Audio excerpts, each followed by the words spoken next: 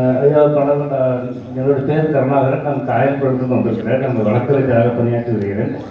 அதாவது எனக்கு வந்து ஒரு சந்தேகம் என்னன்னா, ஒரு இஸ்லாமிய பாடல்கள் உண்டு. அதாவது உருவமற்ற இறைவனுக்கு உண்மையானவர் அப்படின்றது அந்த உண்மையில இறைவனுக்கு உருவுடையவரா உருவமற்றவரா ஒரு சந்தேகம் உண்டு. அது ஐயா அது உங்க குரானில் எந்த அதிகாரத்தில் சொல்லப்பட்டிருக்குன்னு கேட்க உண்டு.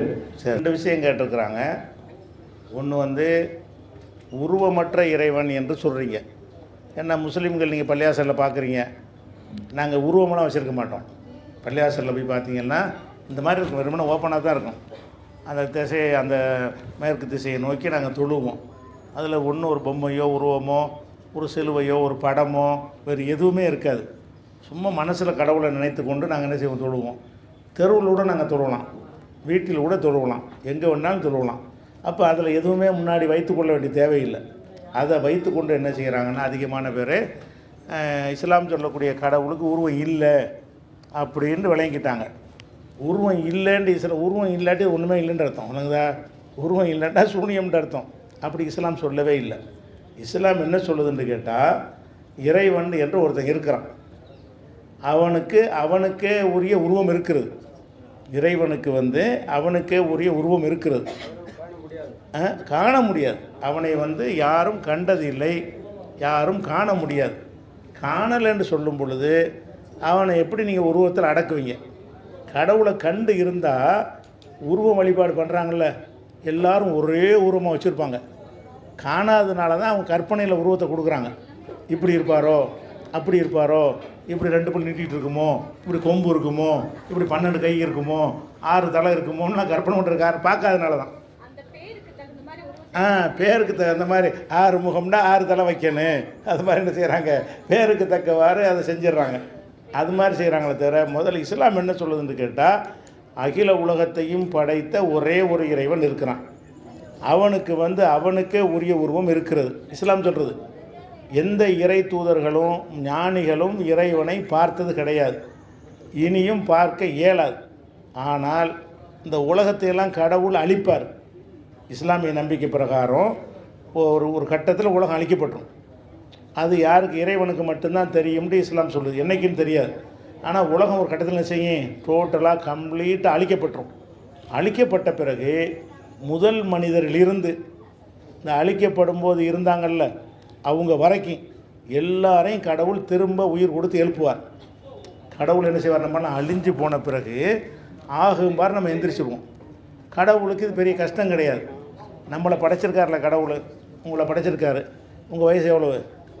உங்கள் வயசு 55 வயசுக்கு முன்னாடி நீங்கள் என்னவாக இருந்தீங்க? 55 வயசு உள்ள இந்த சகோதரி ஒரு 60 வருஷத்துக்கு முன்னாடி எங்கே இருந்தீங்க? எங்கே இல்லை. என்னவாக இருந்தீங்க? என்னவாகவும் இல்லை, எங்கேயும் இல்லை, என்னமாவும் இல்லை. அப்போ ஒன்றுமே இல்லாமல் இருந்தவங்களை தான் கடவுள் படைச்சிருக்கிறார். எல்லாருக்கும் ஒரு உதாரணத்துக்கு அவங்கள எடுத்துக்கிட்டேன். ஒவ்வொருத்தருக்கு என்ன செய்யுது, அவங்க இப்போ எத்தனை வயசில் இருக்கிறாங்களோ அதுக்கு ஒரு வருஷத்துக்கு முன்னாடி எங்கே இருந்தாங்க? எங்கேயுமே இல்லை. என்ன பொருளாக இருந்தாங்க? என்ன பொருளாகவுமே இருக்கலை. அப்போ கடவுள் என்ன செய்கிறாருன்னா, அவருடைய வல்லமையை கொண்டு ஒன்றுமில்லாத நம்மளை படைச்சிருக்காருல, முதல் மனிதரை படைச்சிருக்காருங்க. அப்படி படைத்த கடவுள் வந்து திரும்பவும் படைப்பார். திரும்ப படைத்து அவங்க இந்த உலகத்தில் வாழ்கிறாங்கல்ல, அப்போ என்னென்ன செஞ்சாங்கன்னு எல்லாம் பதிவு செஞ்சு வச்சுட்டு இருக்கிறார். நம்ம அநியாயம் பண்ணோம்னா அதுக்கு நரகத்தில் போடுவார், நம்ம நல்லபடியாக வாழ்ந்தால் சொர்க்கத்தில் போடுவார். அந்த சொர்க்கத்துக்கு அழிவே கிடையாது, நினச்சதெல்லாம் கிடைக்கும், எப்போதும் சந்தோஷமாக இருக்கலாம். எந்த கவலை, நோய், முதுமை நம்ம டயர்டாகி போயிடும், அதெல்லாம் ஆக மாட்டோம். எப்போதுமே இளவட்டமாக தான் இருப்போம். நீங்கள் 55 இருந்தாலும் 25 தான் இருப்பீங்க. 85 வயசாக இருந்தாலும் அங்கே 25 வயசு உள்ளவராக என்ன செய்வீங்க, எல்லாரும் இளமை மாறாதவர்களாக படைக்கப்பட்டு அவங்களுக்கு இன்பத்தை கொடுப்பாருங்கிறது இஸ்லாமிய கொள்கை. அப்போ தான் நீங்கள் இறைவனை பார்ப்பீர்கள். இஸ்லாம் எப்படி சொல்லுதுன்னு கேட்டால், இறைவனை வந்து நீங்கள் பார்த்தது கிடையாது, திரும்ப கடவுள் எழுப்பும் பொழுது தான் அப்போ வேறு படைப்பு அதை தாங்க முடியும். அந்த கடவுளுடைய ஜோதியை பார்ப்பதற்கு நமக்கு சக்தி இல்லை, அதனால தான் அது காட்டலை கடவுள்.